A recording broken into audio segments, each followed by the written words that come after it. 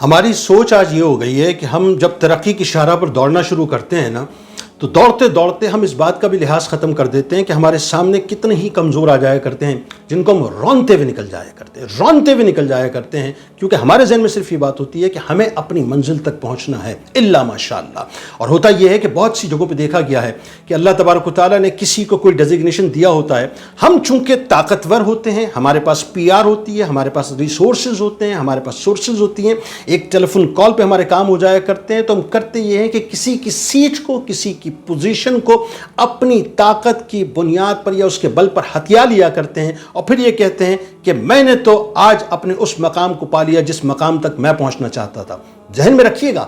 کوئی کمزور اگر کسی سیٹ پر بیٹھا ہے اور آپ نے اپنی پی آر اور اپنی طاقت کی بنیاد پر اس سیٹ کو حاصل کر لیا، تو وقتی طور پہ تو آپ حاصل کر لیں گے، لیکن اس کمزور کا ہو سکتا ہے اس دنیا میں کوئی نہ ہو سکتا ہے، اس کی پی آر نہ ہو، اس کے ریسورسز نہ ہو، اور وہ آنسوؤں کو بہاتا ہوا اس سیٹ سے اتر کے چلا جائے اور آپ اس سیٹ پر براجمان ہو جائیں۔ لیکن کب تک؟